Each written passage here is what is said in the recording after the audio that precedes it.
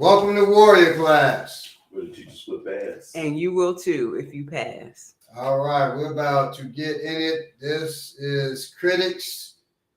How does it? Critics, critique, criticism, critically. So Criticize. we're about to get into it in just a minute. They're about to deal with the news, and I'm about to deal with some old man business. I'll be right back. Peace, y'all. Peace. That's me. Tighten the set just slightly. Welcome, family. Welcome to Warrior Class this week. Let me see. We trust everyone is doing well. And we're going to get into the news as soon as Memorial weekend. our precious and wonderful Belay sits down. Malcolm X Fest was last weekend. It was great. If anyone is in the Atlanta area or close to Atlanta next year, you have got to make sure you make it to Malcolm X. It is always fantastic. I caught the last 20 minutes. It was so great. It was on a Saturday, once upon a time, and everyone loved it so much, and it was so great that they made it a full weekend. Yeah, now it's 2 days of and it was. greatness. I came on Sunday, and it was like nice. It was nice. It's really great. So yeah, Malcolm X Festival. I don't know if you guys got a Malcolm X. Are we the only? I'm sure it's many Malcolm X festivals. Oh yeah, I'm sure. I saw a sister she actually was part of the Malcolm X Grassroots movement. Is the one who is the entity that puts on the Malcolm X Festival, and one of the sisters who was local here, but I think she's originally from the West Coast, and I think she lives in LA. I saw her talking about them having a Malcolm X celebration there as well. So you said where you said? In LA. Okay, I know it's one of sure. the. I think you said Lamert Park. I've never been, but I've heard about this legendary place. I hear Kendrick Lamar and the dude. What's his name talking about Lamert Park about? Yeah, lots of people do. Yeah. It's supposed to be. They call it like Little Africa or something like that. It ain't like no Little Africa at all. I mean, we try. Just like the park that we call the park that we put Malcolm X on in Malcolm X Park, but when it's not Malcolm X Fest, it is not Malcolm X Park. Yes, not really. It's Hood Park. It is very Hood Park. But Jamil Alameen cleaned that park up to where it's decent, because at first women and probably some men too were scared to walk in that park. Jamil Alameen cleaned up Western Park, but we were teaching there. I was doing a test there, and Kalani was in the test, and I was running through their paces, right? Like tempo. And the next thing we know, so I'm running through their paces, then it's pop, pop, pop, pop, pop, shots. So I, low crawl to my bag, right? Anybody else got firearms? Get your firearms out. Right? We didn't know who it was. It was actually a sister had shot another sister down like the hill. But she just randomly shooting. Chick was running, she randomly shooting, shots coming up towards us, because this chick's not, she's not somebody who was shooting, not a skilled shooter, so she just firing off rounds, spraying and praying, and bullets coming up near us. Wow. That's the one time in all my years I had to cut a test short. Wow. Yeah. I was about to say, I wasn't there for that one. No, I wasn't there for a short test. Yeah, we never. And we were ready. I'm like, shh. I'm looking around. Only 2 people had firearms there. Wow. Me and this school instructor Aku. And I was like, I don't want him because he a wild card. Again, I wasn't there. Mm-hmm. So, I was ready to do what I had to do. There's one brother who was there. He was already while doing the exercise going like this. I said, shit, he may not come back. And that was a clincher. We didn't see him no more. I mean, why was he doing that? Because of where it was? Or because he... No, he was doing that because I was running them through their faces. Oh, the test? Like, yeah, he's like, this is too much. And then with that shooting, that was his bad excuse to not come back. He ain't come back no more. Man. I don't like talking about this around you because I get afraid sometimes that said but as adult people, like, man, I wish, like, we need those tests. Yeah. We need adults need those type of tests. The type of tests that Bob would put us through. First of all, regular adults can't take the test. Right. You have to adjust it a whole lot. But we need the test of hearts and minds, like, annually in our community, just to keep our wits and it's something about those tests, man. Yeah. I'm telling you, it's like a dreaded thing that you are proud to do. You know what I'm saying? You dread it. You kind of, it's a part of you that wants it, that looks forward to it. I don't know how to say that because you don't like it. You do not like it. You do not like it at all. Eggs thrown at you. You have water poured on you. Oh my goodness! Why you doing that? And the elements themselves. The elements, and he's strategically breaking your body down because he know, okay, we strong this way, that way. Okay, so he have to break your legs first. Get your legs tied. Now get your arms tied. Now get your, you know what I'm saying? Now you're winded. Now you oh my goodness. So you got to do those techniques. Now you got to do techniques. But like our brother Wake Up Wealthy says he looks forward to them. So right. Yeah, whatever. But I'll tell you, online with the technical part of the test, that's my test. So did I impart the knowledge to the students in the proper way? Not just my test, all the instructors, but they going through the test too. Was the knowledge passed on properly, right? So nobody in our test, you ain't coming there to fail. You come there to test yourself. Right. And then at the end of it, that's when I'm being tested. Was able to deliver this to you well. A lot of times, the test that second bar becomes a class. Yeah. You know. And then if there's anybody to be made an instructor, after all of that, I'm talking 10 to what? About from 10 to 4. About 10 to 4. With Baba doing things. Doing crab walks and carrying people over your back 4 different ways, up and down, all of that kind of stuff. Then sometimes you are not evenly matched with the person you gotta carry. Yeah. Then if you are supposed to be made an instructor, you got to go at it with everybody in that test. Everybody. Even you got to tap them out, or they have to tap you. In order of experience. So you go from the person with the least experience up to me. And so you fight that fight. And boy, let me tell you, that is something. So anyway. And that's also a test for everybody, because if you're too scared to get in there and bang with somebody that's becoming an instructor, they're younger than you. That's a test. That is a test for everybody. I forgot about how that felt when it's an instructor there about to be made. He got that look on his face, and you new to this game. He looking through you. You don't even matter. You don't even matter. Are you willing to get in that? Oh my goodness! And you don't know this is about to happen.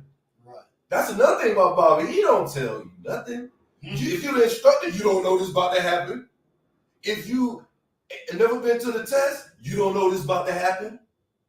Oh my goodness! And all of that, pop stuff on the fly, adjusting, all of that's lifelong lessons, lifelong skills, having to do stuff in front of people. Right. You don't know. Right. In front of people you do know. Right. But stuff you ain't comfortable with in front of everybody. Right. That's life, man. Anyway, all right, I'm trying to get some new. You know, when I grew up, my father, we would just be out, and he'd say, "That little girl, she killed it, isn't she?" I said, "Yeah, she looked good." Test. And he'll say, "Let's go." So life was a test. So I'm like, "God damn it!" And he'll My son think you cute. Whoop, whoop, He whoop, walk off. whoop. Now, Boy, I better at least think, because he's watching. I better not be like, stumbling and walk off. Yeah. Wow. Did you do anything like that? You didn't have to. I did. I did. did. Like, what's up, Right. man? How you doing? Right, What's up, my exactly. day? I know I'm mad. You're 14, but hey. Yeah, me and I were talking about that the other day. I'm selling books at Softly Comes Black Taxi Guy. And everybody, whatever they were selling, everybody left there with a smile on their face but me, because they sold everything. They were sold out. I didn't sell nothing. Because my son was supposed to sit at the desk and sell the stuff. He following around his sister Bumi's daughter, who was 23 and he was 13. I said, son, you don't have a chance. She said, he said, I'm gonna be her little boyfriend. I said, dude, that's a cute scene. That's Little right, right. I said, son, you don't understand. right. You don't change things. You don't understand. They gonna be your little boy. Hey, I gonna be little alpha. Right. Okay. Hey, so This my I'm gonna be her man. But you know what, bro? What if blood? I'm pretty sure you're about to tell me it does. I'm pretty sure it does. So DNA and everything. I'm thinking, what if your dad, a very super intelligent individual, what if he was shy talking to women, right? Mm-hmm. And wanted you not to be? Now that'd be funny, but I tell you that wasn't the case. Okay, because that'd be crazy. Because if you so how was you? Was you at first? Was you shy at first talking to him? No, because him doing that, it was a test to me until it wasn't. So I never had a problem talking to women. You know, I do have 9 children, so it wasn't obviously. I'm just wondering this: could blood work like this? Could say if he was shy or something, and then he got you to do that, you naturally shy, you end up not being shy, then you have a child that comes out that's not shy. Can blood work like that? DNA work like that? You think? You know, you get certain things from your mother also. Right. You know, but I'll say, okay, so my parents, my mother is an introvert. Now, she loves to have parties. So people think introversion is shyness. It's where you get your energy from. You don't get that. So she loves to have parties, but she wants everybody to get the hell out of there after a while, right? Because it drains her. So she's an introvert. My father's an extrovert. He ain't trying to have parties like that. But when people get there, he's entertaining them. They're enthralled by him, right? My wife knows that's me. So now I can chill at the house. I don't care about going out, but I'm an extrovert. So she'll invite people to the house. I'm like, God damn, dude, you invited so-and-so. Yeah. You know, I got a book to work on or whatever, but they'll be there at 5. I said, this wasn't even a discussion, because she knows when they come, I'm going to entertain. And so by the time she get there, everybody laughing and this and that, right? So, and she's not an extrovert, but she always out there. Right. But her energy is not to entertain like that, right? So with me, I got more of my father energy. Exactly it, right? I ain't trying to arrange no parties and shit like that. Now you got extroverts like that too. They arranging parties, they looking for parties to be in and stuff like that. Now I'm when it comes there, I rise to the occasion and I'm on, right? I wonder what could be passed through children. So that can be passed, but also the way we teach our children. Right, the nurture part. Right, so it's nurture and nature. That's a long thing when people say, well, which one is more effective? Or which one is more we discussed that. Did we? That it affects the person more. Which one affects the person more? Is it nurture and nature? And also environment too. And that's still nurture. Right, that's true. You know, the illest thing I ever seen. I would say they're about equal. My cousin Vincent, if you're watching Vincent Bennett, the illest thing I ever seen. He came from the military and kept his what we used to call a bow. You know, it's like his just skin around the sides like this. And he kept that cut after he came from the military. Didn't have it before, but he kept it for like 10 years afterwards. Had a son, and his son was born freaking bold. Ha! I'm not. It's hilarious. And when I seen that, it just my mind kind of just like, just like what's possible. Right. The I almost named him student that you all heard about. He got tangly eyes. Well, his son was born, didn't have tangly eyes, but his son running, playing, till he's about 4, running, playing, and bumped his head on a wall or tree or something. He said he did. He said then, now he got tangly eyes just like now. It was meant to be. It was gonna happen. Either it was meant to be, it was programmed, it was right under there, like predisposition. Had to have something happen. Wow. Now I always say that brother got tangly eyes because he was nursed by this white Canadian lady. This made his eyes tangy. Because if I suck a white woman's breast, my eyes gonna get tangy. I bet you they would. I'll be jacked up like, I have a stroke. I probably had to have a stroke for me to do that. Shout out to our white listeners. I'm just joking, y'all. Go ahead. Okay, so I thought this was really interesting. Kamala Harris. Oh God, Kamala, yeah. Kamala. Oh man, that was crazy. How did this? She's on a panel. There's 3 women of color, so to speak, on a panel, and out of nowhere, this guy who looked like the kind of guy you see on them army movies. You know what I'm saying? The dude that played on the Ranger movies and stuff.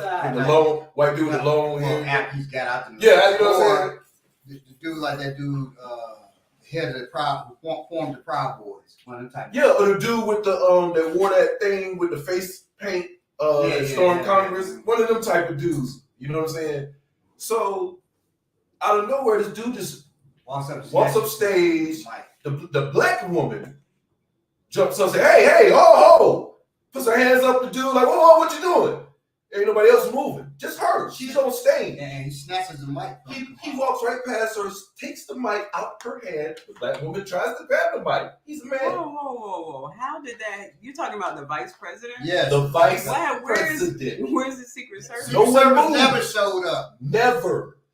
They probably were drinking hot chocolate somewhere. The white man grabbed the mic from Kamala Harris. She tries the black woman. I guess she was the mediator. Kamala Harris just sat there. She just sat there. Now she's supposed to. She's waiting for security to grab her, for Secret Service to grab her and take her out of there. Nobody came. I guess the building security, because they didn't look uniform like any part of the government came on. I don't even think they were. I think they were just folks in the audience who were pissed that it happened to her. And because they like didn't, that brother with the braids. Yeah, like these are regular people grabbing the man, but the man just grabbing the mic and still walking and talking and being able to say whatever it is that he wants to say. How? Remember that story about the Secret Service? And I think it was like erasing all those emails erasing all the texts and all that stuff that had to do with January 6th and how they tried to act like that it was just a routine thing, all that stuff got erased. I don't know. I'm just processing this, but that's part of what I'm thinking about. Like it was insane. Yeah. Only time something like that has happened is when there was a so-called black president that people were able to get close to him in a ballroom. And on the elevator. Yeah, things of that nature. It's only happened to the so-called dark and hue. It's never happened in history. And it could have been a test by the Secret Service to see how can Kamala be hit. She should be real, right? Exactly. Or a message sent to her. She should be real concerned. Very. Because I'm trying to listen to what the white dude who snatched the mic is saying is nothing. He's not saying anything. Right. So that's like that was a warning to her. Right. Because people who do that, they get their message out. If they done all that, they're very calculated, and what they say comes out fast. They take them away, they screaming. Right. Abortion is not. Abortion is. They know what they're going to do. Right. I feel that you're not saying anything. It's just, it's to me, my first instinct was this is meant to be terrifying to her. This was meant to be terrifying. This man looked like any type of a man. He could just do. He looked capable of anything. Everybody's capable of anything. Right. But his demeanor, specifically, he was too calm. He wasn't erratic. Right. That's what I'm looking at. I'm looking at him. He's not jittery. He was very calm how he was moving. So and that's bold. You snatch the mic out the vice president's hand, and you're completely calm. So, you know, Wow. I could walk up and snatch out her hand and be completely calm, but I'm getting ready to kill her. You know what I'm saying? Right. So that's a. And he didn't look like he was expecting anything. It was no somebody coming to get me. Right. Which Wow. like I said, he's probably sent by Secret Service either to test, like, okay, we're gonna hit her like this later.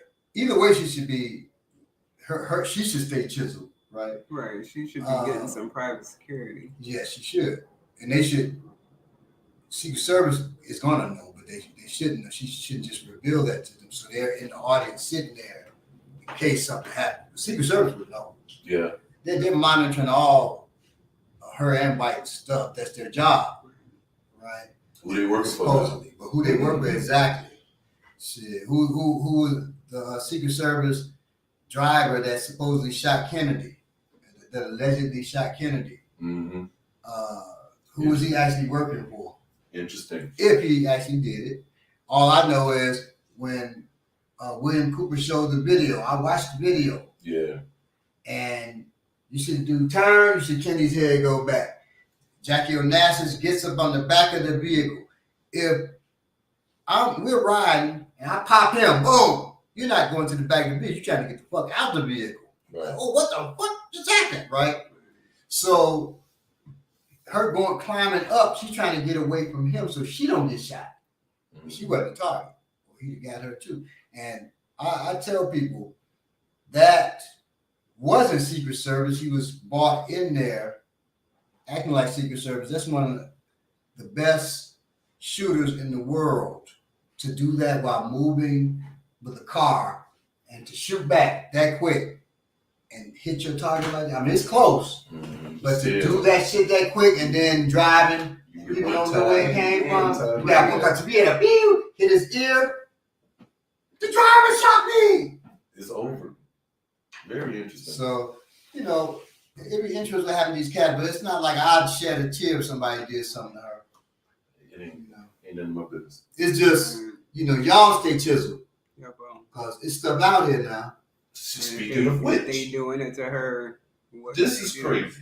In California, a woman, and they have the name at least because they ordered an Uber. So this is new scam.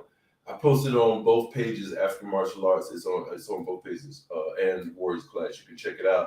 This black woman. So she's walking through a store, and a woman by the name of Romani Gypsy. No, she's a Romanian. Is that what she's saying? Yeah, she's a Romani Gypsy. So that means. Oh, she just ain't spelled it. Okay. And Gypsy is really a derogative term. I thought that was her name. No. She's so a gypsy is Egyptian. Right? Egyptian, yes. Right. And so they the people, which is funny, none of them are Egyptian. So right. if you watch oh my God, it's my show. Oh, Peaky Blinders, they were all Romani. Right. Those ain't Egyptians. Right. And they look like that. Right. So okay. Yeah. Okay. They're from Romania. So is Count Dracula. So you would say a Romanian, or is it Romanian? Yeah, just be a Romanian. Okay, so she said Romaine. I thought Romani, which means they're people from Romania. Okay, it's Romani. a group of people from Romania. You could have a Chinese person in Romania.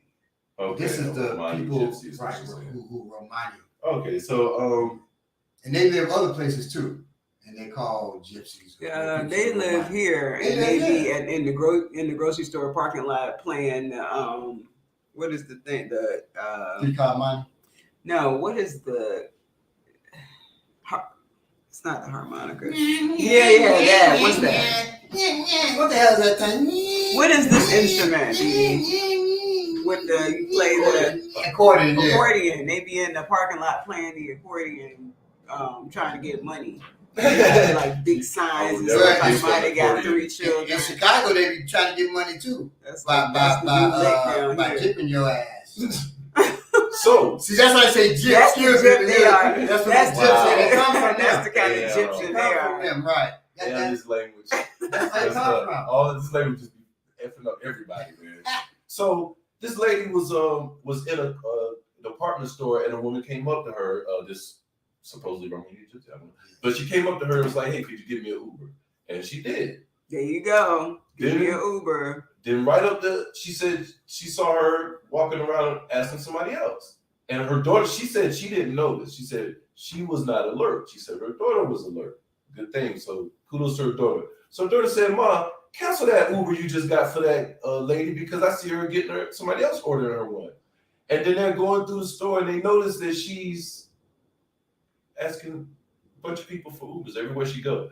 And so outside, they saw her asking somebody else, and the daughter said, "Mom, can I say something?" And she was like, "Okay, go ahead." She's like, "Excuse me, ma'am, don't order her no Uber. She's been ordering Ubers, blah, blah, blah, blah, blah." And the lady looked at her real crazy, and that's the video. The video starts with her looking at her real crazy, and she's like, "Oh, you got the wrong one. You trying to intimidate." She walks off. They cut the video, but what actually happens after that is a man drives up and says, "Hey, have you seen this lady? Blah, blah, blah, blah, blah."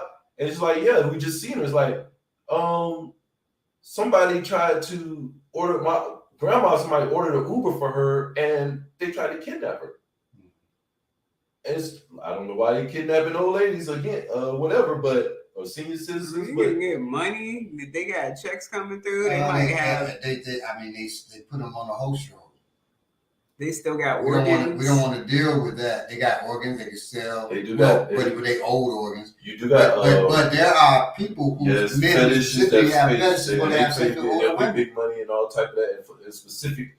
And on that too, if you're watching, grandma has sex on Pornhub, those could be women who have been abducted and forced to do that. Any of those women could have. True. Any of them, yes. Really, That's they a be good looking point. drugged out. That's a good point. A lot of times when you see them, they're looking kind of drugged and jive. Those women are abducted. Not that I watch porn. Again, porn is Yeah. people having sex. Dominique never would do that. Porn is people having sex on camera, right? Yeah, because you Okay, know I'm all All watching. right. And I'm the lamb, so I grew up but I read it. so I read you know what I'm saying. Anyway, it. so no, but so that is just be careful out there. You know what I'm saying? It's so much foolishness going on. And her looking at the woman hard too, they could have been, they believe the Romanis believe in giving the evil eye. That's what I Right. believe. That's the movie Thinner. If anyone's ever seen Stephen King Thinner, that's what the man in that movie was supposed to be, who put the curse on the man. He was supposed to be a gypsy, so to speak. So I know some people right now be looking for that dude. Yeah. Had to kill him later though, because he was wasting away. Yeah. But anyway, that's our news, man.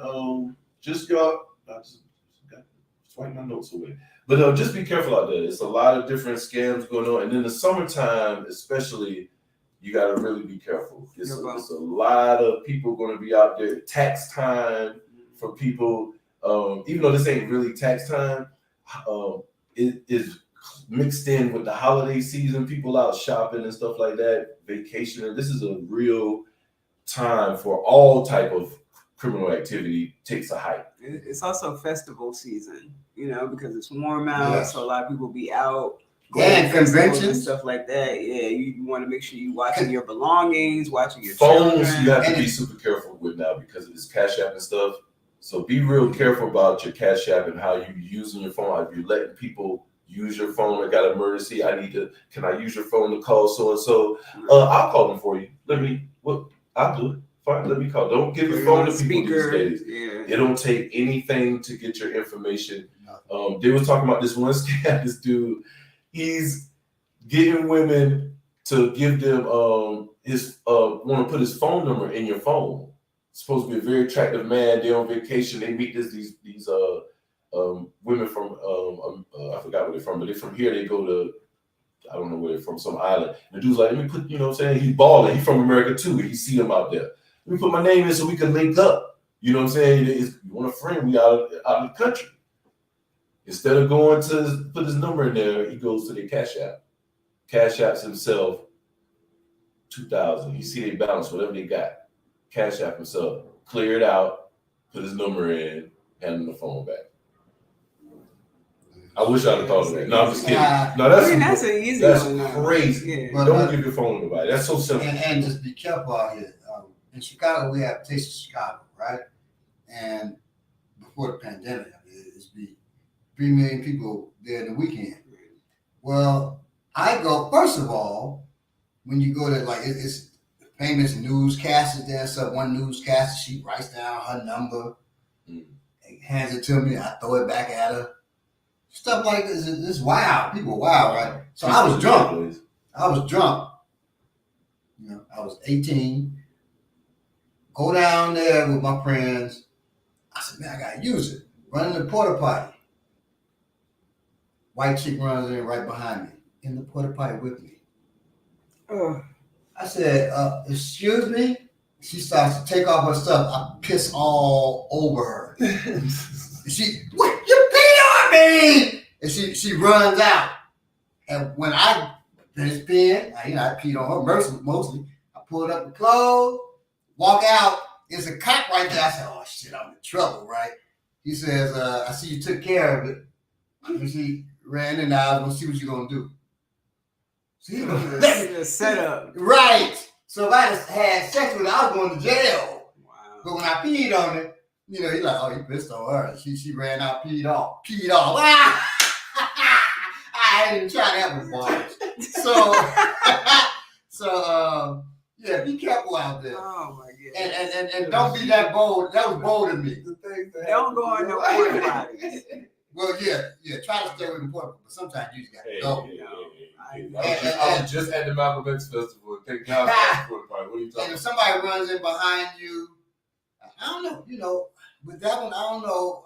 It was a woman, so I didn't want to just, get violent and just F her up in there. So I figured, okay, I'll give her this here since she wants something. That's some real close quarter combat. That's close quarter combat. You got to, then you don't want to hit the toilet, so you like, right. I was like, I could throw her into the toilet, down into that hole. So somebody happier that I peed on. Full up on porta potty talk. Somebody talking about me right now. Oh, that nigger. He had a chance to be with a white woman. He peed on me. Yeah, well, he got peed on. And that was crazy. Now, had I not been drunk, I wouldn't have peed on her. I probably would have just snatched her up and just walked her out the pipe. I would like to believe you wouldn't have peed on her. If I was sober, I probably wouldn't have peed on her. I don't know. Because that's still giving my DNA to her. Good point. She might be like, thanks. Agent so we have his DNA. And they come and just wipe it off her leg with a towel and squeeze it into a bottle. They got my DNA. Accordion. Thank you, 40J. Yeah, accordion. And that is my crazy story for this week. And we're about to get into it. Please share, hit the likes if you have not done so yet. Yes. Donate. Yeah. Yes, donate. There's an entertainment factor. Where would you ever hear stories? Yes, exactly. Y'all never even heard that before me. No, that was a new one. Oh, I got some better ones. I bet. Time goes on, you got to get clarity. And y'all like, damn. All right, so some of the stuff I asked my wife, shut up. Yeah. Talk about this. And most of the stuff she said no. Yeah. Do not tell people. Yeah, most of the stuff she said no. Then I forget she said no. So,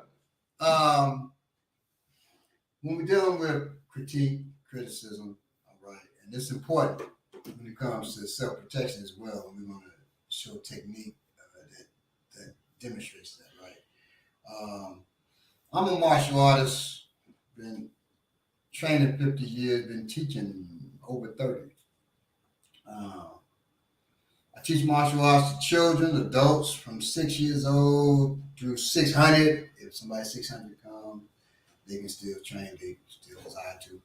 I found throughout over half a century of training, actually I've been training about 40 years, 40 years of teaching the martial arts, people have little understanding of the difference between criticism and critique. Let's talk about it. This has caused problems of great magnitude. Martial artists who have had their work criticized and have been hurt because of it become defensive when anyone begins to offer a critique of their work because they are unaware that there is a difference between critique and criticism.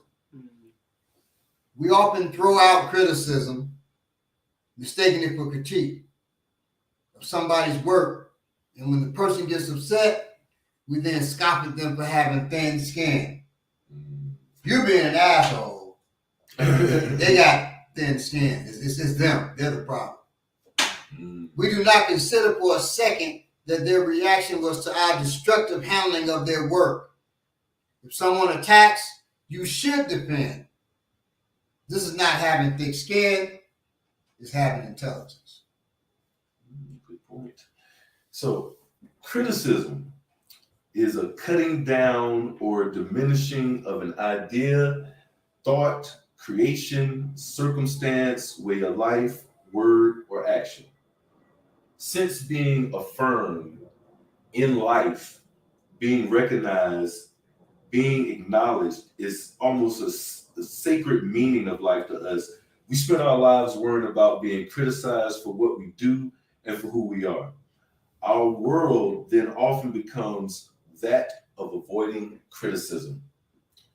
Criticism is meant to arrive at a higher or better truth. The assumption is that there is a single truth and it can be assessed through certain thoughts and disciplines and lifestyles.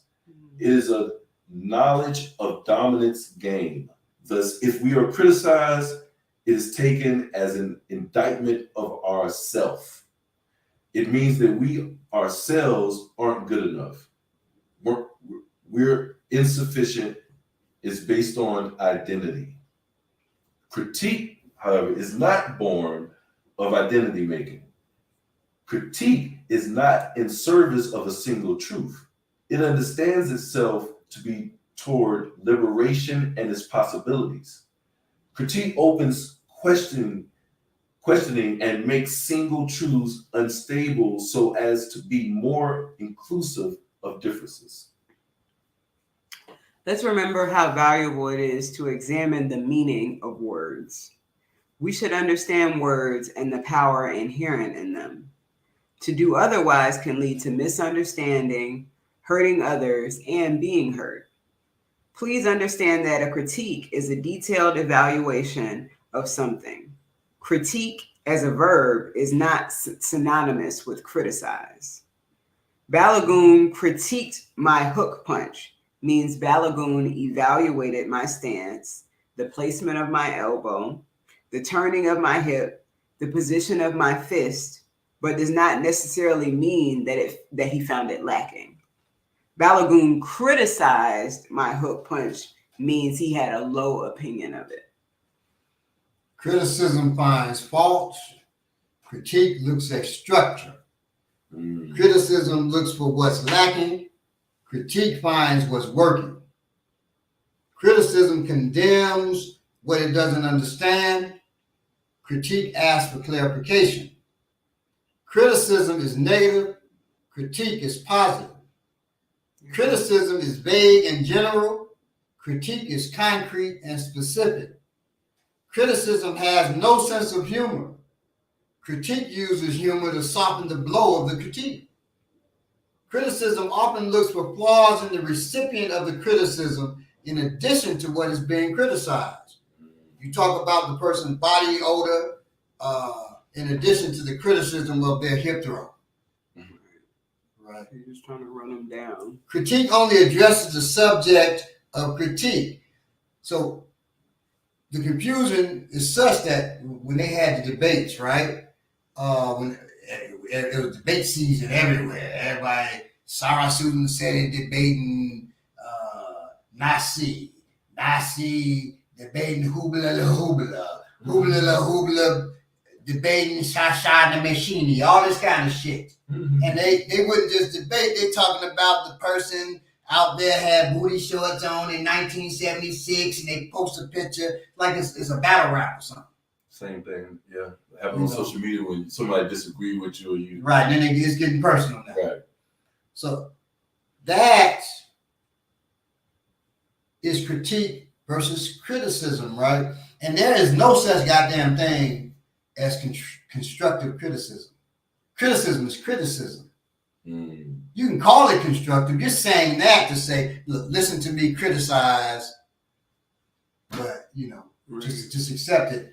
Or you're actually critiquing, but you don't know the difference. So you call it constructive criticism. Right. But this isn't made to hurt like regular criticism.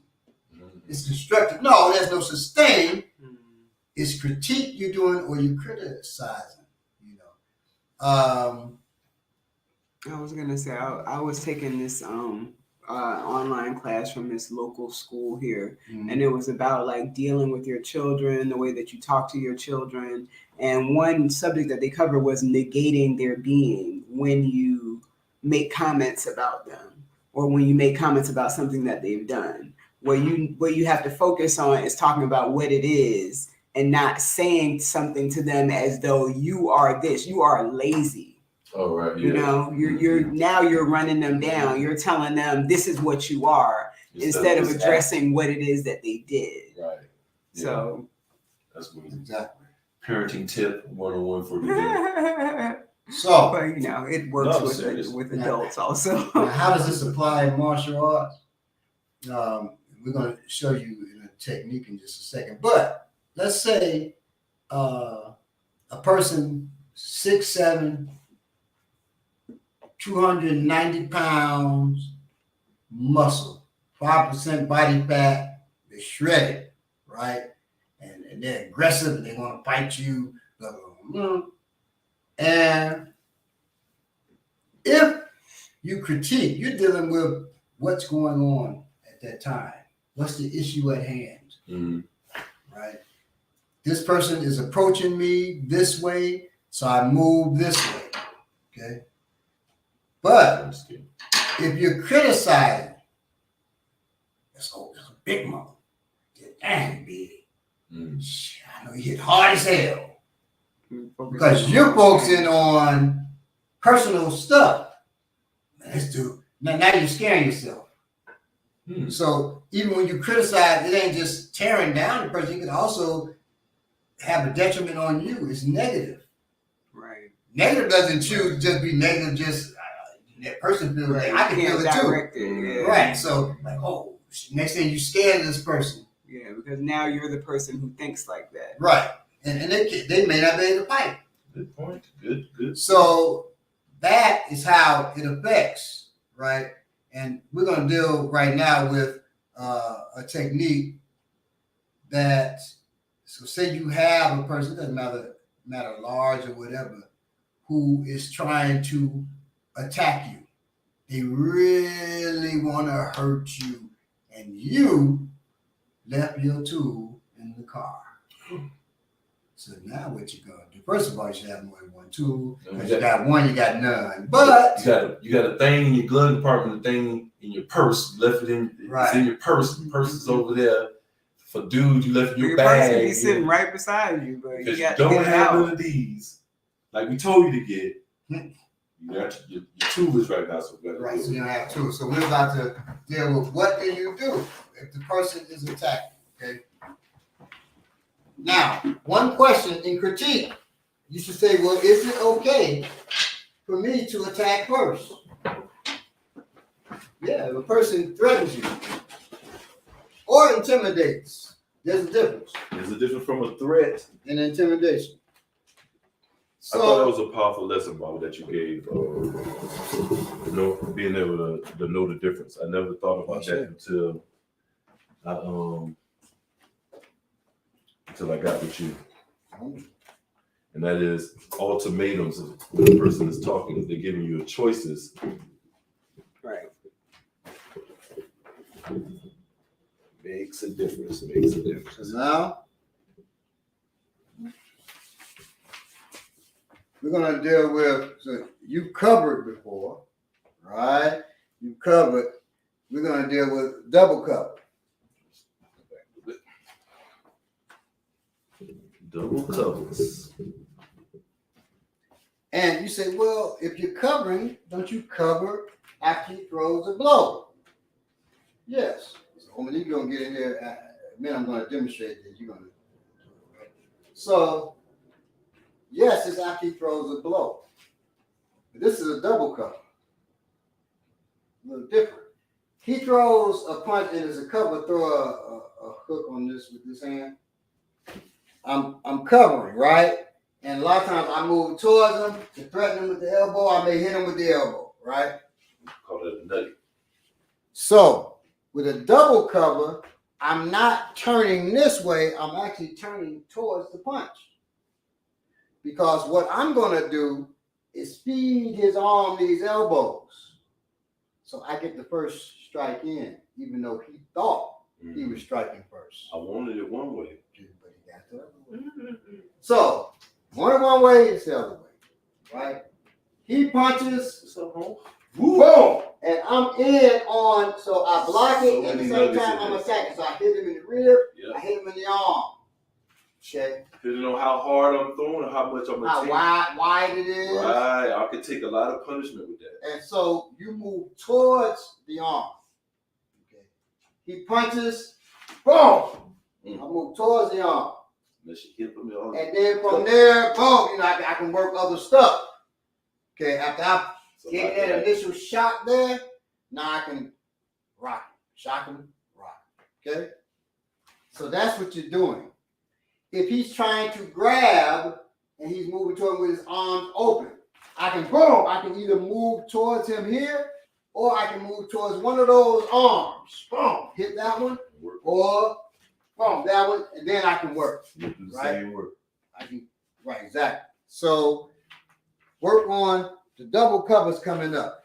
Both of the covers should come up. They should be mirrored to your face. They should come up to about your eyebrow height.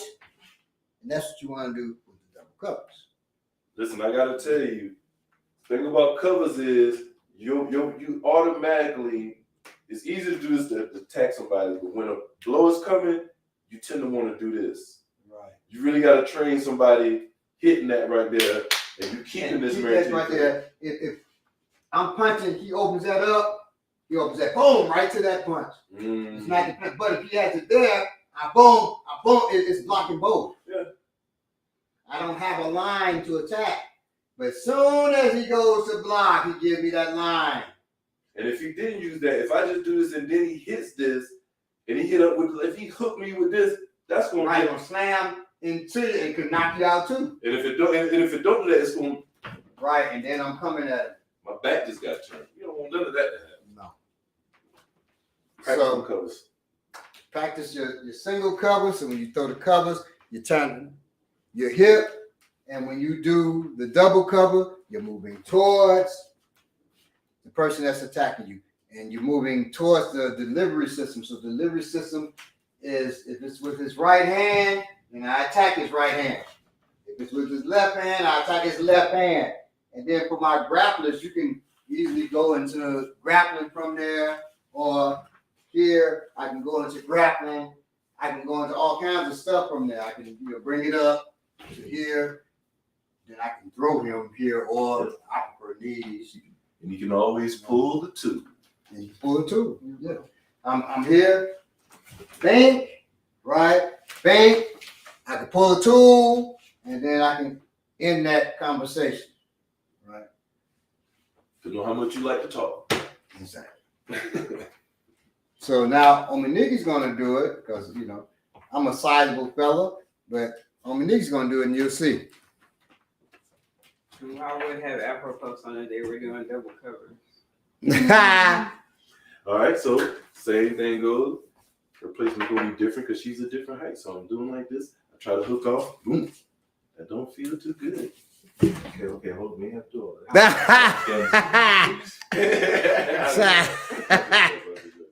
No, that was good. So again, you Try to choke her. Oh, so I go for the choke. That didn't go well. Okay. You see, you got the arm here, so make sure and you can control them. Like Baba said, you can use the knees. You pull a tool, even if it's not a sharp tool, a blunt tool, you can hit them back of the neck, wherever you can hit them, in the ear and the jaw. They are completely vulnerable. And real quick, if I have him here, right? I have him, I pull the tool. And he puts up his hand to protect himself. That's what you want to hit. You got me? That's the problem at hand, not his head. So critique, not criticism. Okay? Hit that hand. Boom. That's the problem. I deal with that problem. Boom. Then when he outs, now this is in the way, because I'm actually trying to hit the floor, but he's in the way. I want to hit the floor just to emphasize, but he's in my way, and so I slam that there to get that barrier out of my way. Yeah, well. Okay. I'm not trying to attack him at all. I was trying to hit the floors to make him scram, but I accidentally hit him in the back of the neck. All right, any questions?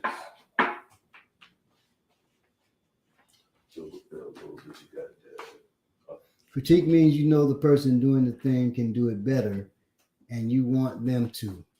Criticism means you just want to tear the person down. Now, you know the person doing the thing can do it better. It can be, or you could be critiquing a book. Now, you may feel they could do it better, but it could be a book about Malcolm X. And you say, this is some BS. They make Malcolm X to be this and this and this, right? You say, I don't agree with this. And you give your analysis, right? That's critique. I'm not expecting them to do better. It's already out here, but I'm going to say what I feel about it and not just feel what I have studied about it. So I have an intelligent analysis on it. Now, if I'm just pissed, they wrote this about Malcolm X, those punks are probably the ops. That's emotional, and there are no facts in that. And it could be true, but it's not a fact. You don't have any evidence. And so now I'm just speaking out of emotion. Now I'm criticizing. Right? Or, he wrote this book, and I saw that dude with this chick that I know she don't wash her ass. What they got to do with the book? See, now you just criticize. And people love to do that because when we lack information, we will criticize. Right? And yes, you want to tear the person down because you're emotional and you don't have information. Because you can be emotional and have information and give a critique. Right. But when you're emotional and you don't have facts to back what you're talking about, or you can be as emotional. When people try to have conversations with me about self-defense, and they don't know anything, they don't know what they're talking about, right? I talk to them, and they go for the crazy, right? Or they'll say, when you hear people, I'm glad, I want to make you mad. Mm-hmm.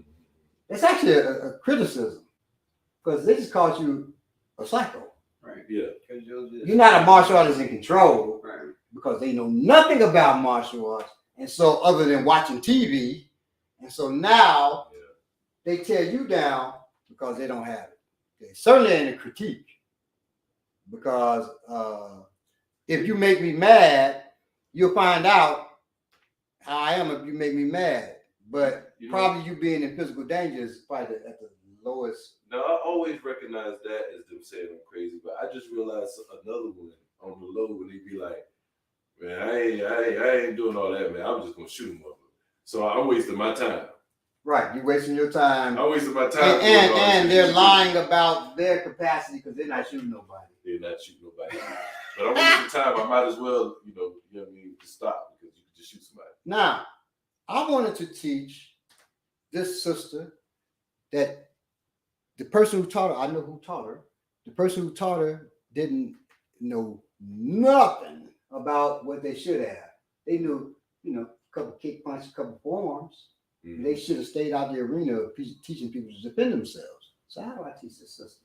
We had a big event, bunch of people there. I don't know, So I said, anybody here know how to get out of somebody grabs your hair? There's my setup. I do. I knew it was coming. I said, really? You really that confident? She said, oh, yes. I said, come on up. Clap. I ain't got to tear it down. This is a lesson that happens, a physical lesson, where I ain't got to say much or nothing because we're defending ourselves now, right? So I ain't going to tell, right, the master truth. So I said, well, Mayor, she said, ha, push it there, right? Come on. She puts her hand on, like I knew she would do, and tries to turn. Ow! What I'm talking about, I ain't gonna really grab this. I'm here, put your hand on top of my hand. Put the other hand, like a sandwich. And now you twist. Ooh. Yeah, that's not happening. What's supposed to happen is this. I'll let you go ahead, go ahead, twist. I'm supposed to keep turning. I'm supposed to be, Lord Jesus, Lord. Doesn't happen. She's gonna hurt herself. And I'm just touching right here. I fully grabbed her here. Somebody who really wants to do something to you, they're not gonna do it. They're gonna come back here, right? And you're trying to turn around and it doesn't work. It just pulls at your scalp. So she's ow. So you want me to try from a different angle? From the side, some shit? Yeah, grab the side. Ow! I said, all right, let's give her a hand. Okay. I said, now, another sister come up. Said, when I grabbed you here, you just punched the shit out of me. You know no martial arts. I grabbed her. She boom, right? Oh, hand let go. She punched the hell out of me, which is what I wanted. Hand lets go. Her hair not being grabbed no more. And really, what I teach my students is somebody grab you and hit them to the throat, not to the chest. That's what I'm about to pay attention. So yeah, I'm gonna have her hit me hard in the throat, but you hit them hard in their throat. Okay, if they grab you from the back, there's a way to deal with that too. But you gotta come to class. Yeah. So when we deal with people and we want to get points across, use critique. Critique always comes from experience, intelligent analysis. If you don't have experience and an intelligent analysis in that thing, just shut up.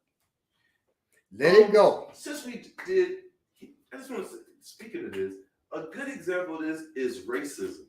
Speaking about racism, and you haven't experienced racism, and you haven't studied. You haven't studied. I'm about to get to that too. Critical analysis. You've done no critical analysis, meaning you have not read anything from prominent Black master teachers about nothing. You just have an opinion based on, I don't know. Don't do Somebody that. calling you a nigger one time, or feeling like you got passed over for a job. Or right. You felt no certain way, or maybe because you was the black sheep in your family because you listen to rap music. That's cool. I'm just saying sometimes it's okay not to have an opinion or to keep it to yourself because you know it's not rooted in education and experience. To people who actually know what they're talking when about. Jim Brown died, even did a while, but it just came out. Right.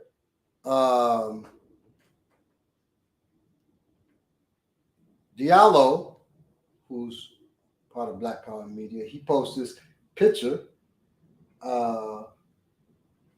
that said, rest in peace, Jim Brown, something like that. And there's a picture of, Jim Brown's uniform. It's a raccoon in it. Okay. People were furious. Now, so he's calling him a coon. People were furious. However, it wasn't criticism he was doing because he broke down how Jim Brown was a coon. He broke it down. People were just being emotional, so they came at him using criticism. Yeah, I knew that about Jim Brown. I just wasn't going to say nothing when he passed. But of course, I knew about that. You know what I'm saying? He has a long history of putting out fires. You know, certain people in that era was used. Shit, while we on it, Tina Turner. Tina Turner talks about, you know, somebody in here got mad at me for saying something. She prefers Europe.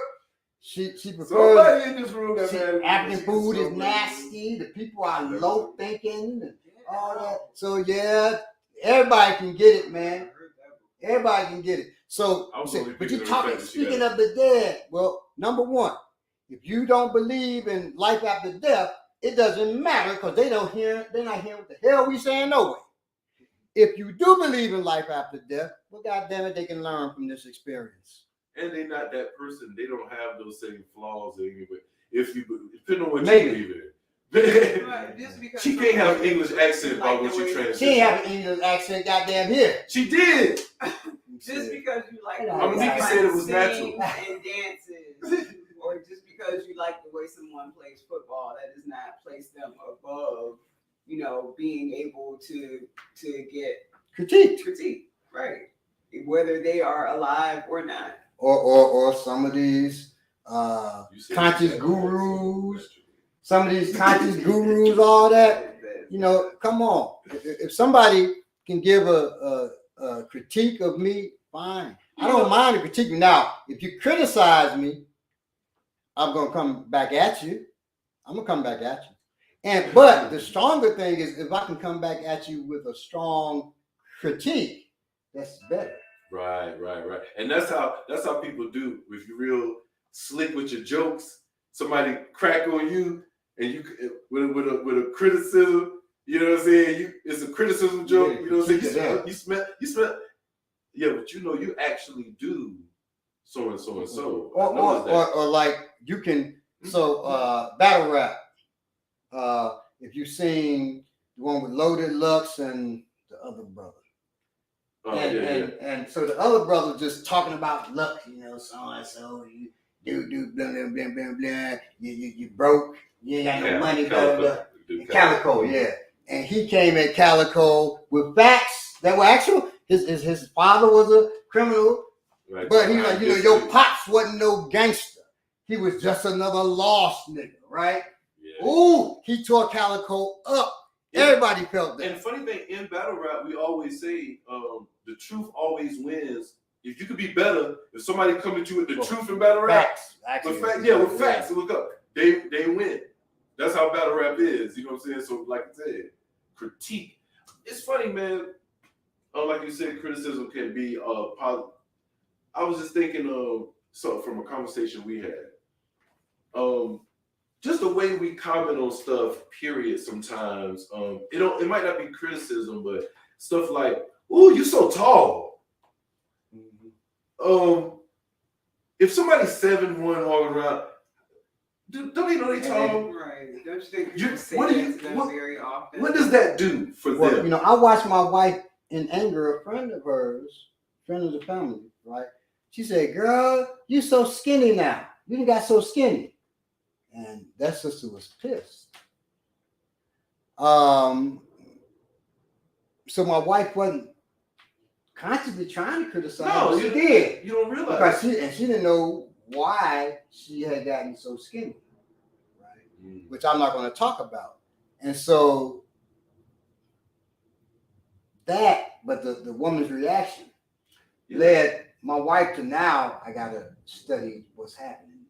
So I know. Yeah, sometimes like the obvious stuff, you don't have to mention because you know people whoever that is have heard that so many times. An example I would put is, okay, real quick. So see if I can do it right now. Okay, I'm gonna get close to it. You know, we was talking about our regular voice. Right. So this is close to my regular voice. It's on this level right here. This pitch is kind of deep. It's way deeper than I usually talk. But growing up, you always, man, your voice. Oh my goodness! Oh Lord, say something. I'm 9 years old. You know what I'm saying? Right. My mama make me sing in front of people. Sang the song "One in a Million." I used to sing that. You know what I'm saying, in front of people, stuff like that. And people always comment to you get to a point. Now I talk like this. I still hear your voice deep, but not as much. I don't get it all the time, and that's the kind of stuff people end up doing. People end up slumping their shoulders when they walk. Everybody talk about how tall they feel funny, and they walk like this. Well, girls would do that to hide their breasts. Girls would do that like this. They'll walk different ways to hide whatever it is that people are always eyeing or talking about so much, or do the opposite. The point is, or when we say this is a big one in the black community, man, we say you pretty for a dark skinned girl, or whatever for a dark skin, whatever for whatever. Right? That is just ridiculous. Well, you're pretty period. Trying to figure out why you're pointing with me. My face is right that way, but really light skin. Yes. So if you light skinned, I'm just a white man. Just here, I'm just identifying as black. Why are you here? When I had my hair, before I cut my hair, I'll never forget this woman that I wanted to holler at. I'm in some public place and I'm talking to her, and she said, she just was pausing while I was talking. She said, you know, you're attractive in like a woodsy type of way. Yeah, no. Oh, okay. Oh, well, all right. Let me just put on a straw hat, shoot some deer out this motherfucker. What do you mean? I don't even know how to lean into it. Like a woodsy type of way, some type of way. You said, yeah, or you just talk like you're from Canada. Yeah. Okay, right. That means going to kill some beers. We could just do better in the way we communicate. This English language don't make it easy for us, man. You gotta understand it. You have to study it. You may not even know what you're saying to somebody using these words. So be careful what you're saying. You calling somebody a mentor may be disrespectful to them if you don't know the root of the word or something, depending on how intelligent they are. Oh, and on that too. Oh my gosh. Don't take that too far. Yeah. So new person comes into your my circle. Brother, I do not say mentor, because that's from Mentos. Oh, I like eating Mentos. I don't know what you're talking about. Good morning to me, my brother. Now that one, okay. Now see that one, I dealt with that one. Now the mentor is valid, but the way we deal with people, new people coming around, this person says, I had a mentor. We ain't got it right. Stop, my brother. That's rooted in homosexuality, my brother. Because you would have Mentos would have sex with the boy. You didn't say anything. First of all, show me the evidence of that. That's number one. But the morning thing, I got that on my Facebook right now. If you're saying, grand rising, because good morning means you're mourning. A sister called my wife in distress about that a couple of days ago. That's why I put it on my Facebook. Because I said, normally I don't say stuff when she's dealing with her clients. I said, no, sister. No, they're wrong. That's the height of ignorance. They come from two different roots. Morning, as in the morning, after dawn. Yeah. That has a different root from mourning, mourn, sadness about the dead. They're two different roots. And if you look on my page, you will see. I'm not breaking the whole thing down again, but those are different. So saying grand rising because good morning, you think it's good to mourn, is ignorant as shit. And that's a critique because I studied this. I'm not saying it out of goddamn emotion. I'm emotional about it. When people say grand rising to you, like, man, that ain't good. Why you saying right? Grand? And I don't do that because I recognize they're ignorant. So yeah, they're very ignorant. It's not bad to be ignorant. Everybody's ignorant. Everybody. I say great rise. The master blacksmith in one town is the student blacksmith in another. So you don't know everything. But I'll say this. If you say grand rise, then what did you say at night? Because you got it's opposites. I posted about this. Because it's opposites when we deal with, especially when we're dealing with African things, it's always dealing with opposites. Black, white, man, woman, male, female, light, dark. So if I rise, I must do what?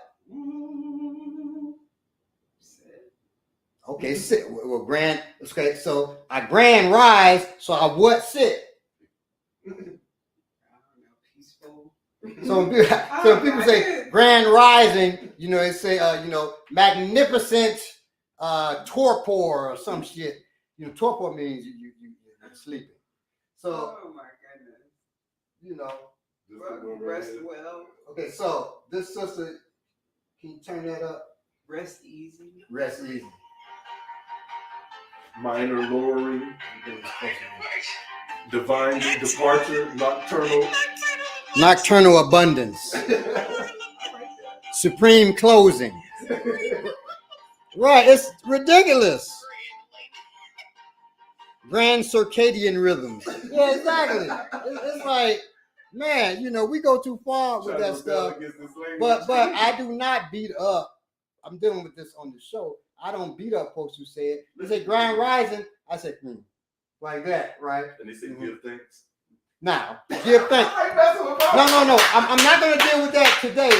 Come tomorrow at 6 p.m. Watch African spiritual resistance. We absolutely deal with that. Give thanks. And Fairy says lovely lay. Lovely. Now that could mean something else. Right. He said hey. His filthy brain.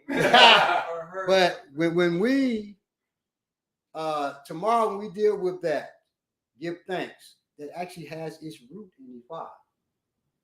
And then it spread because everybody, in the conscious community getting divinations and shit, but they ain't learning really from it like they should. It's like a psychic reading, a palm reading or something. And that's not what it is.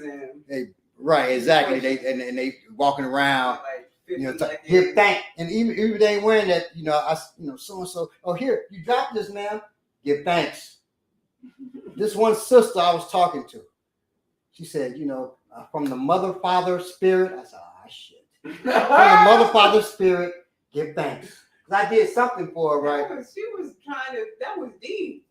Like, she was really digging deep to give you a much appreciation. That was as deep as if, when you drop a marble in the dirt. It was as deep as that little crater that it makes. And this is what she gets back. Terrible. Hey. Poor sister. Yeah, well, you're all working. I asked the mother, father, spirit to make me more, open and the key is when I have one of my grand rises, I hope that I, am better for it. And I get the point is when she did that. I'm glad we talked about this. The point is when she did that, he didn't say, "Come on, sister, come on with the mother, father, spirit." Actually, you realize it's not.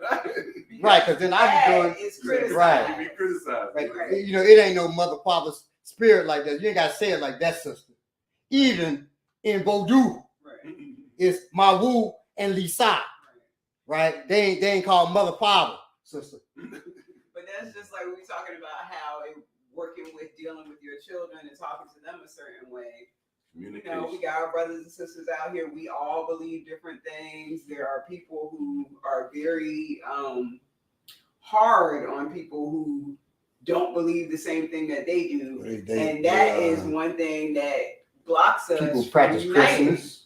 Understand this is warrior class. That blocks us from being able to see eye to eye on the things that we need to see eye to eye on so that we can keep moving forward. Right. Understand this topic is about avoiding conflict, which is the highest form of self-defense, self-protection, whatever you want to call it. Sure. So that's what this is all about. You don't want to give somebody something you're not trying to give them. And you're talking about you're going to protect your people, but you make them feel like shit. Right. Good point. First, you got to make them feel like shit. I got to send you this battle. Since we on battle, I got to send you this battle because it's dealing with that. It's criticism and critique. I bullshit you not. This guy, he's a rapper.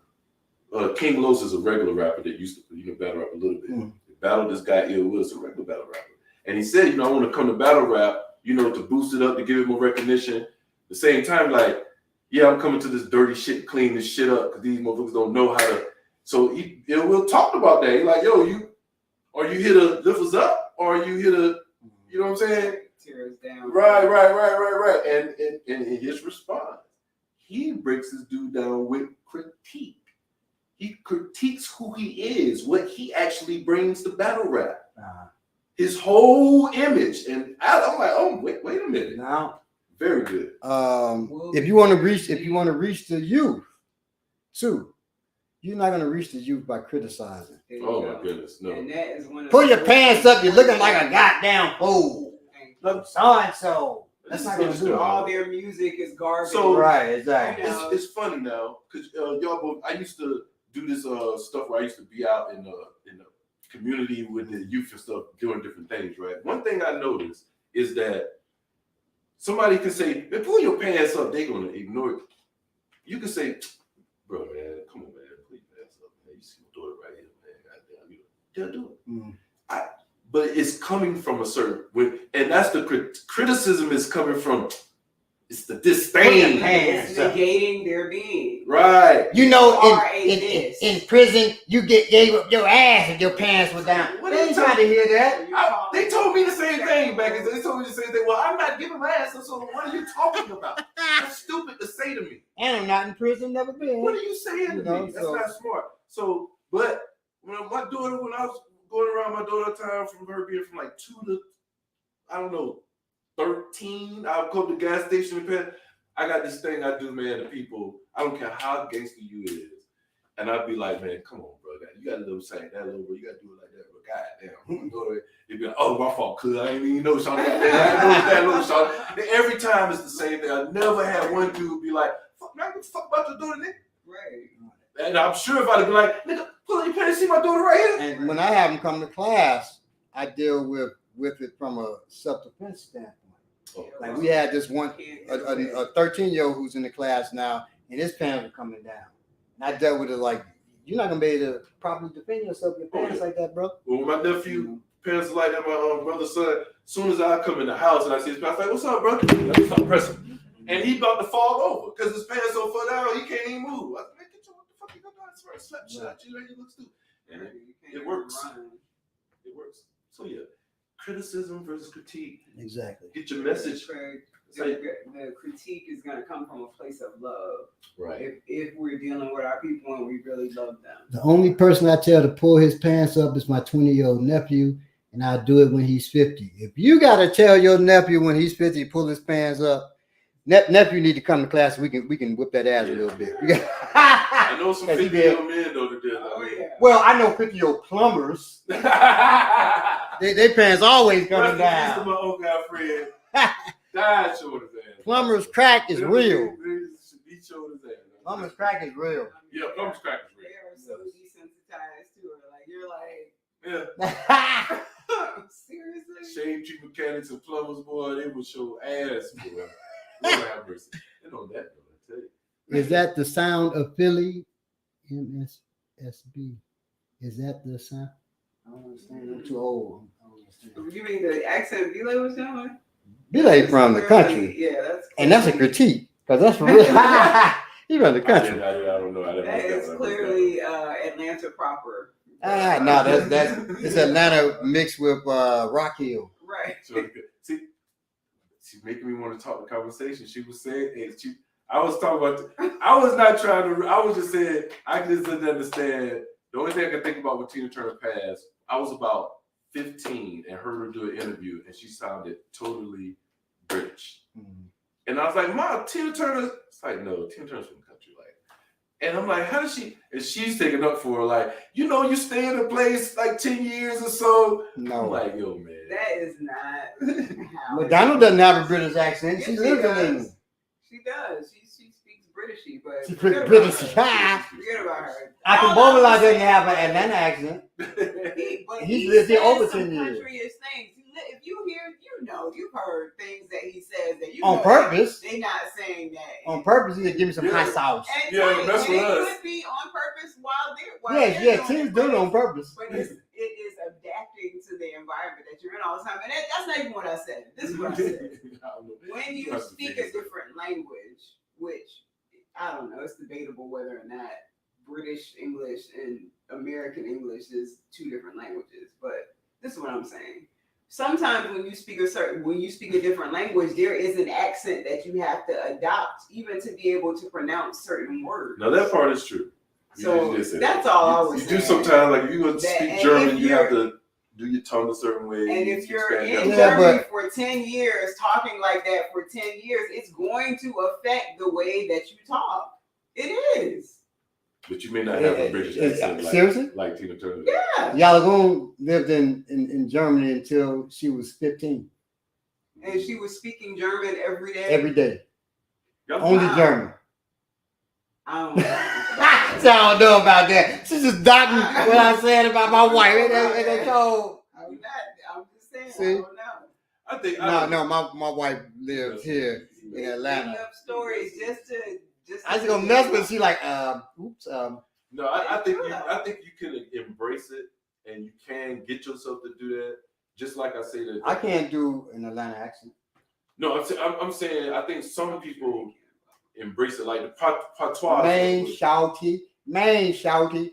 I've heard. What you talk about? No, you can definitely have an Atlanta. See? I know you could if you want to. See? But you ain't gonna never have an Atlanta accent. Man, look at goddamn. I can't do no goddamn Atlanta accent up here, goddamn. I don't know what you talking about. Shit, fuck that shit. So now that is when I first got here. Student, trying to talk with me and everything. He said, "What book that is? What book that is? What book is that?" But that's how he said. My wife still. What time it is? Right. That's Atlanta. She said, "Right, Yoda." And Yoda's from Atlanta, probably. From Atlanta, I be. Bankhead, I'm from. So he said, "Man, what book that is?" So I showed him the book. He said, "Man, you had to open you on that chopper?" I said, "Man, I ain't been on a chopper since I left the military, man." He said, "No, the chopper." And I wasn't catching the context clues, I said, "Bro, I'm telling you, I ain't been on no chopper, man." He said, "When you go on the bus, I know you're going to be on that chopper." I said, "I ain't going to be on no chopper on this bus. The chopper couldn't even fit on this, man. Not even Apache couldn't even fit on this." Apache? He said, "No, the chopper in your book." I said, "The chapter? Yeah." Hold on, I didn't even get it. But see, I told my wife. She said, I know a couple people talk like that. She said, "I do not," but her sister Erica does. Oh yeah, talks like that. When I first moved here, When I first moved here, a dude came to me like, "Hey, so I'm gonna get my good earn food from Star Wars." I didn't understand the word. He said, "Slow down." He said, "Earns." First of all, earns. Crumble. Crumble. Yeah, crumble. Now how you say crumble? It's like a bunch of stuff in there. It's a patois. That's what it is. Well, it's not that. It is. Well, that's the case. Every state. Chicago don't have no patois. Okay. We have certain words because now we'll say "ka," and I say "ka" too much. My children called me one day. They said, "Daddy," and Lisa saying "ka." They went to Chicago. Can you say the vehicle that you drive? I said, "Well, you already said it's a car." And they're like, "What the? It's supposed to be." They said, "Daddy, it's car." I said, "It's a car." If you're in Chicago, you ask for a car, they don't know what the hell you're talking about. You say, "Can you call me a car?" Call me a car. That's an Uber. Okay. It's something. I believe they know car and car in Chicago. No, we don't. We don't. You got we don't. Same way if you say, "Man, what's up, yo?" They gonna be like, "Yeah, come on." Now you say, "What's up, Joe?" You say, "Hey, what's up, Joe?" I think it's funny. There's two different types of country accents here in Atlanta. You got the dudes Charlie Cook, Cripple Earn.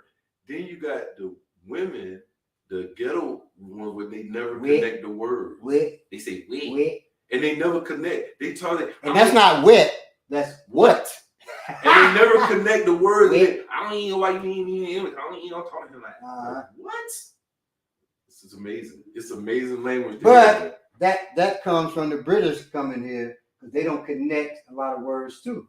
Oh, that makes sense. Wow. Good point. They don't connect a lot. In Chicago, we would always say that people And that's where car comes from. That's that British influence. Car.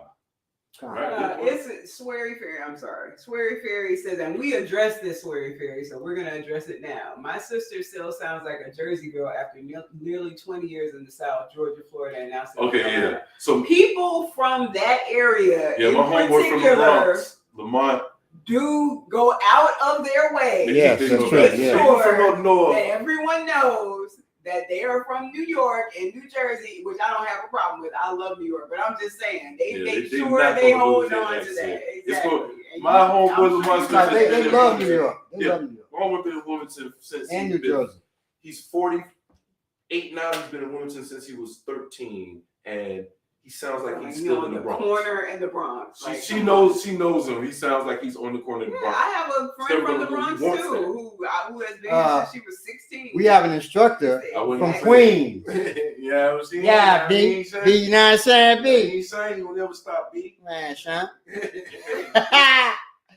So they proud. They proud. Exactly. They're stubborn. At least she knows. Thank you. And that's what we talked about. Accents kind of depends on what you want to do. If you're open to, when I first moved here, it was in 1998, so I can say this. I was trying to buy weed, right? So I'm moving here. I'm going around. And I was in this phase in North Carolina. First thing about North Carolina is up north, down south. It depends on where you at. So we sound kind of up north from Wilmington because it's the beach. A lot of people, family stuff. So we say yo before and after sentences. They'll be like, yo, what's up, yo? I don't know why. That's just a phase one time we did. You go around Atlanta in the early 90s to late 90s saying, yo, they despise New York people at that time. And we did too, because New York was just starting to move down there and they was just so arrogant and stuff. So you go down and be like, hey, yo, what do we, I don't know what do we, yo. That's just what they used to say back. And I didn't get what they was doing. Like, I had to be like, hey, Sean, hey, cuz. As soon as I did it, she just switched. I was like, this is crazy. Well, in Chicago, we have the real magical Negro. Gangster Disciples are magical Negroes. You say, well, how? Because Gangster Disciples, it could be 20 people in here, and they address everybody with folk.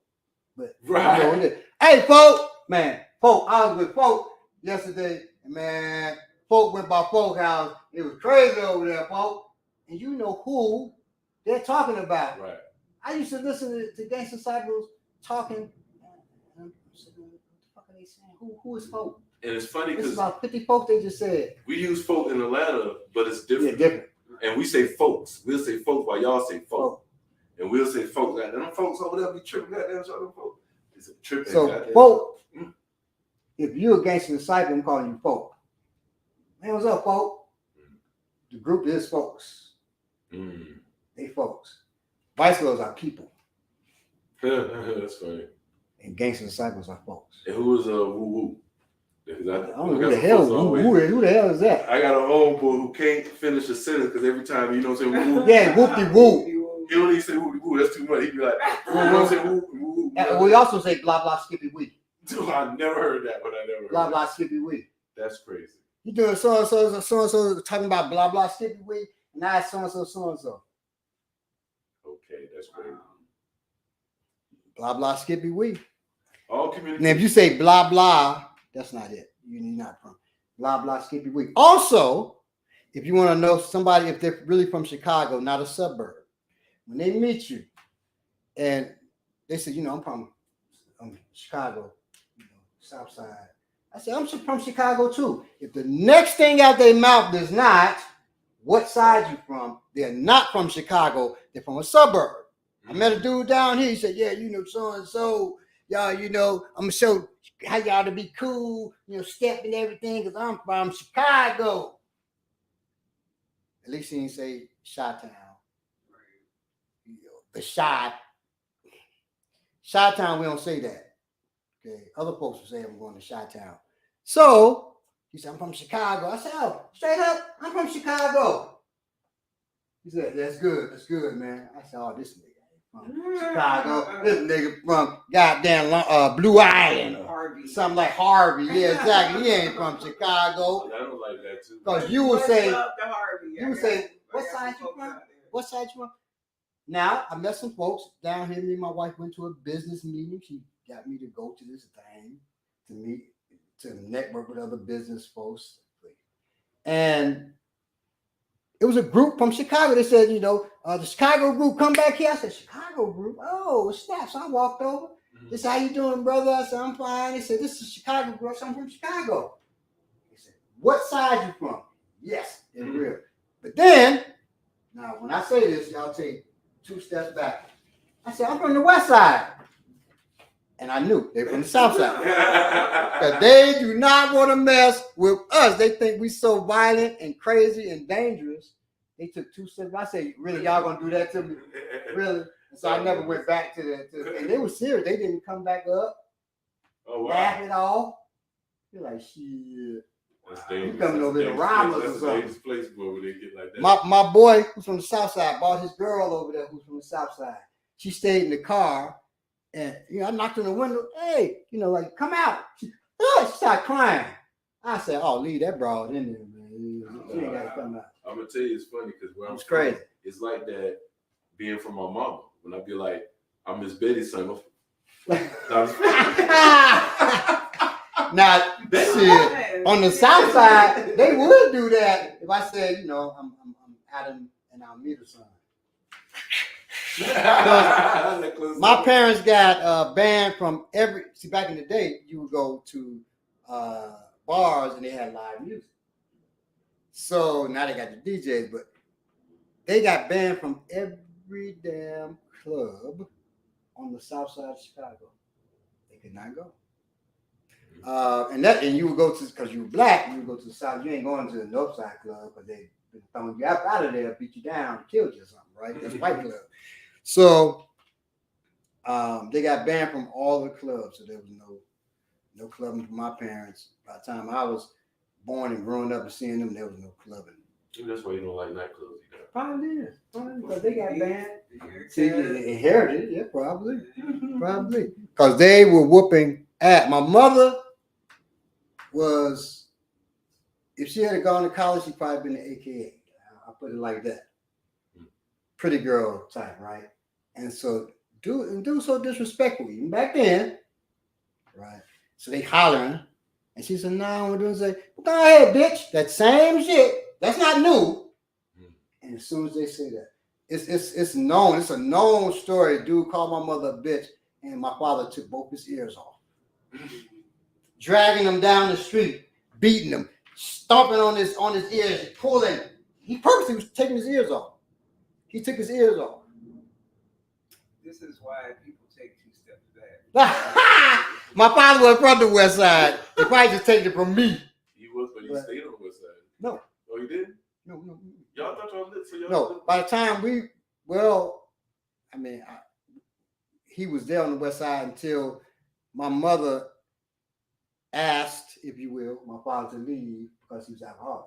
Oh, okay. And so they broke up on the west side, yes, but most of their living was, they had me when they my mother was 36, my father was 32. Oh, okay. And so they lived most of their living on the south side and then on the north side. And then they stayed married. Black folk don't get divorced and all that. And he asked my mother to divorce him because he was marrying Dolores. He married Dolores. Dolores transitioned, and then him and my mother got back together over all those years of not being together. And in fact, they disappeared. My mother gone for 3 days. I didn't hear from him. Me and my mother talked every day during that time, right? I called my father. I asked him, does he know where my mom at? No answer. I'm scared. Y'all are going like, baby, calm me down. We're going to find him. I called in a marker with some people I know who can find out where Mug's at. And they hit me back and they said, well, they left together, but that's all we know. They went off the grid. So what the hell is going on? About 5 days later, my mama calls me. Hey, Adam, where you at? Me and your daddy in Canada. They had been spending all that time in Canada. you know, my wife said, "What were they doing in Canada?" I said, "You know what they were doing." And that was it. You know, I left it alone. Okay, they're in Canada having fun, enjoying each other. But damn, you could have told me you're going to Canada. You could have told me, you know. So who you to them? You just their son. You just a son. I Man, said, they, you nobody. yeah. They don't answer to you. Yeah, you ain't nobody. They growing in love. No, it don't work that way. It don't work that way. See, That's your daddy challenge right there. that work till you get, you know, once you're in your 70s and 80s, you gotta be telling folks. Yeah, I feel you. You know, you gotta tell them where you at. I mean, every move. I feel like my mama and daddy. I ain't gonna say it, lie to you. I feel like I'm my mama and daddy sometimes. I can't lie. See, they gotta tell you. If shit, my children do it to me. I say, all right, I'll see y'all later. Where you going? I say, hey, hold on. Where you going? They ain't playing. Where you going, Daddy? I'm like, damn. I got a meeting I'm being picked up for. He said, oh yeah, with Mr. Milton. I'm like, I ain't know. Milton, you know. Yeah, we talked to Mama, and I'm like, y'all get my itinerary for the week or something? That's good. Good job. So, you know, they came in the room this morning. I said, what time are you leaving out to go to Belay's? Really, y'all? Really? What makes you think I'm going to Belay's? Because your show. So, you know. Saturday. Right, exactly. So they know. All right, y'all. Y'all be safe this weekend. Enjoy yourself during Yeah. the holidays and be careful out there. And be careful what you're eating. Definitely be careful. Not too much barbecue. Not too much on the ribs. And if you No now, short ribs. well, tall ribs is just as bad. Pork in it. But I think all of them important unless you get beef ribs. Yeah, that's what I'm saying. Now, if y'all can make some slamming beef ribs, y'all can ship them. I'll put the address to the the any school. beef ribs if your head does not need any beef products whatsoever. Man. If you got a good jackfruit recipe, Right. Send them that barbecue jackfruit. Mushrooms. Send them that barbecue no. that mushroom. Send it to him. That's what he wants. That's what he wants. Eating too many fruits and vegetables, that's still on my joy. From us. You send Bob some beef tips and we find out about it. You come to class. I have a target on you. You don't really understand. I won't tell, and make sure you use hot barbecue sauce. Even if you're saying jackfruit, hot barbecue sauce. Definitely make it spicy, whatever it is. Yes, please. And get ready. Next show, we will be premiering our merch. We will have some merch for y'all. Yeah. Be ready for it. You asked for it. So you want to support and it. the color orange is in our merch, and there's a reason why. Because nothing rhymes with orange. Ain't nothing comparing to work like you ain't gonna find a class like it. You got many martial art and survival different live streams, right? But none geared one towards Black people, right, and none that go to the depths that we go on certain topics. And on the lowest, you're trying to reflect your high school colors. I see what you're doing. Yeah, well, my high school is blue and orange. And that's what the Maple orange class got blue and orange. I see what's happening. Offer for maple cinnamon baked beans. Oh snap! Yeah, hell yeah. No pork though. Put them in a jar and send them to. Y'all you can put a little fat back in there.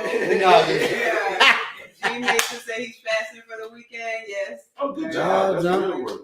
I've been thinking about fasting. Now that's funny because Eugene Mason is huge. Oh, for real? Yeah. Okay, He's a weightlifter.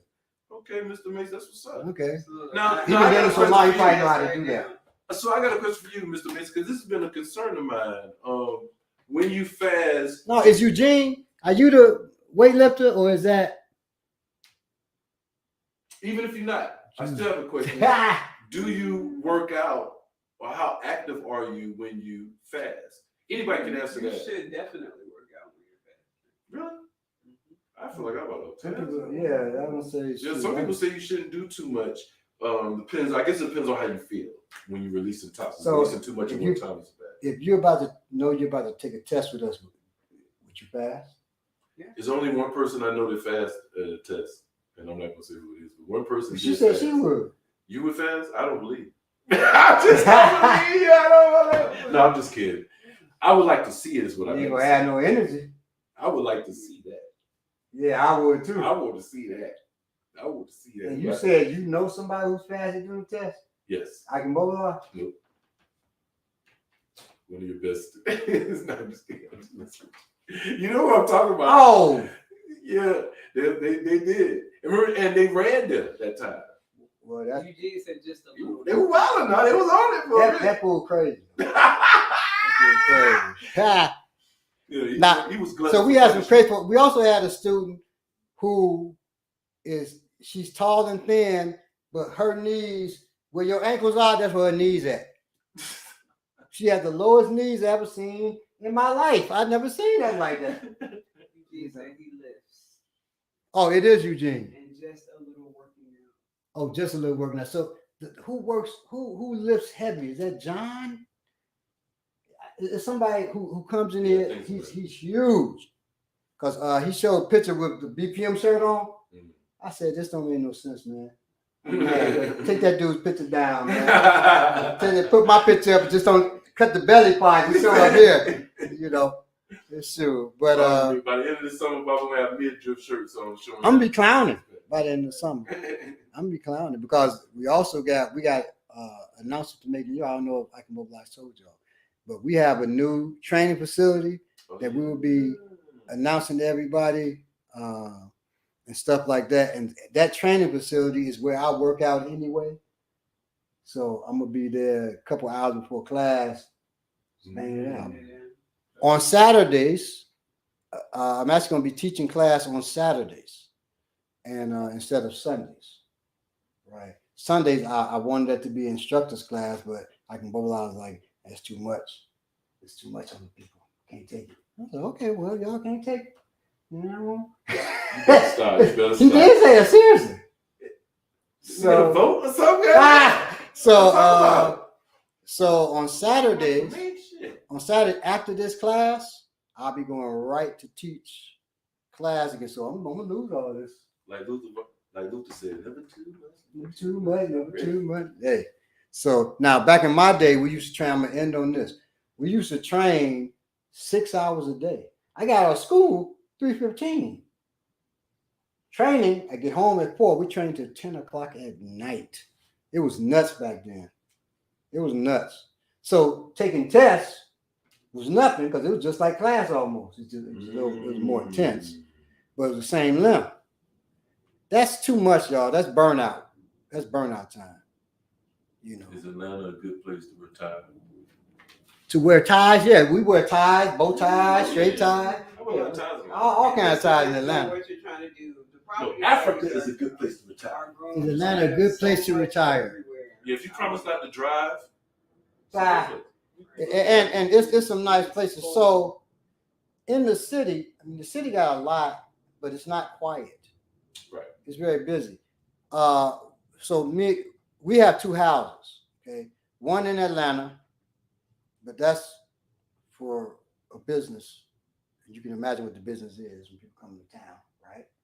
The other one, we live in the suburbs, and it's quiet. Off a lake is nice. And when I say off a lake, that sounds expensive. It's not expensive. That's the beauty of down here. Expensive is relative. Well, it's relative, yeah. I'm just kidding. So if you're gonna pay for a house, now if you may live in an apartment, if you're gonna live in a house in Atlanta, shit, you can get a house in the suburbs, which is quieter, prettier, bigger, more peaceful, bigger, and you got more space. And shit, for $50,000 to $100,000 less, definitely, than you would pay in Atlanta. Yeah, and that's for every aspect too of living versus Atlanta versus on the outskirts. Mm-hmm. And the South Side particularly is a lot less expensive. South Fulton is a great area. Fayetteville is a great area. Mm-hmm. Where Bob was at is a great area. So yeah, it's definitely good places here. Yeah, I don't, and especially talking about retiring. You want peace. Where you at? Northeast a little bit. That's a nice area where you at too. I guess. Well, Stone Mountain has nice areas, but a lot of they were talking about Stone Mountain on BPM the other day about how they were lynching people. I think that's the last place to lynch people publicly. Yeah, Stone Mountain. That was the headquarters. I was going out in this area. it wasn't this area. It was Decatur, so it's closer to there. I was living in Stone Mountain. We were living in Stone Mountain at the time. I asked, could somebody drop me off? My wife had the vehicle. So his brother said, I got you, and because his sons loved me. I was teaching there, and he had son 1415, and he was like 78. And so I wanted to talk to him anyway. Like, damn, you 78 out of 4 and 5-year-old. I know how it happened, but what was your motivation and stuff? So we're talking, and so he's like, man, I ain't at where you live at? I said, in Stone Mountain. He stopped the car, pulled over. He said, oh, man, I'm sorry, I don't know. I can give you money for a cab. I don't think so. I said, what's going on? He said, I don't go to Stone Mountain. I said, man, that was so long ago. He said, is it? Them folks still alive? He's like, I'm still alive. I don't. And he didn't want to. I'm like, man, I don't want to get out the car. It's hot. So I'm talking like, come on, everything will be all right. He said, I got my babies with me, man. I ain't trying to get killed out there, man. Now, this is the richest black area, second richest black area in the United States after Prince George's County. And so living in fear. And living in fear. Well, the people there obviously ain't, but everybody else is. And he just like, nah, man. I get, went to the, he called I think we're in the store or something, called me a cab, gave me the money for the cab. I don't need that's fine. No, take it, man, because, I just can't take you. Left my ass there. He kept his guns. He ain't messing with you. He was like, fuck that. And I kept that money, gave me $25. And I paid $2 for the bus and took the bus home. Like, thank you. Oh, well. People get confused, man, because we in Atlanta and it feels so black. And they don't realize the outskirts were all white just 25 years ago. When I first moved in, man. Riverdale. I lived in Marietta. Well, first I was in Riverdale. Then I went out to Marietta. Me and the family went to Marietta. And I like Marietta. But I'm walking. Now, I was still in the Nation at the time. I had this Letterman's jacket, and it's got the star and crescent on the back.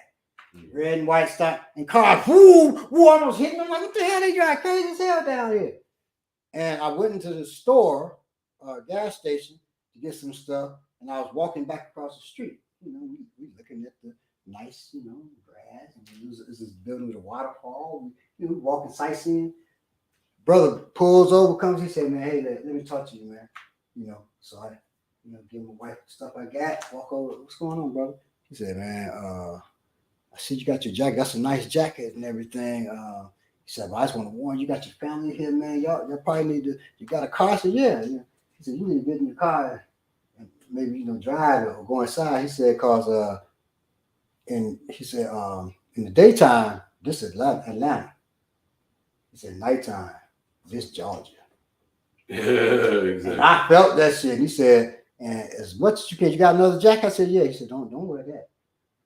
He said, these motherfuckers try to kill you for wearing that. I said, what? It's the Nation of Islam. He said, yeah, exactly. He said, they will kill you down here. He said, them cars weren't playing. They were trying to hit you. I put that thing up, never wore it again. About 2 months later, I wasn't in the Nation no more. But, I love that jacket. But I felt what he said to me. For a stranger to come to you and tell you, and he knew I was new because ain't nobody who lived here gonna wear that. Exactly. So, know your surroundings. And I said to myself after that, I said, damn, dear, gotta stay chiseled. And she's from there, but she never said, don't wear the jacket. So, let you know she wasn't for them streets and then, so she didn't know she wasn't out there like that. So, all right, y'all. Swam Academy, do you guys know them? Yes, we know Swam. Abdul Mudu Kabir. Yes, great martial artist. Yes, we know Swam. All right. Flowery Branch is nice. Flowery Branch is like a Kung Fu style. All right. Love y'all. Be safe out there. As we've said multiple times, stay chiseled. I mean, keep your head on the swivel and you're always ready to rock and roll, okay, if you have to, but you don't want to. Okay. And be aware of your words. Be aware of your words and your surroundings. Stay black, whatever it is you may be. Yes, double covers, work on them, rewind, and if you need to be talked through on how to do those double covers again. So double covers will help get you through a lot of stuff. Stay black, whatever it is you may be. Peace.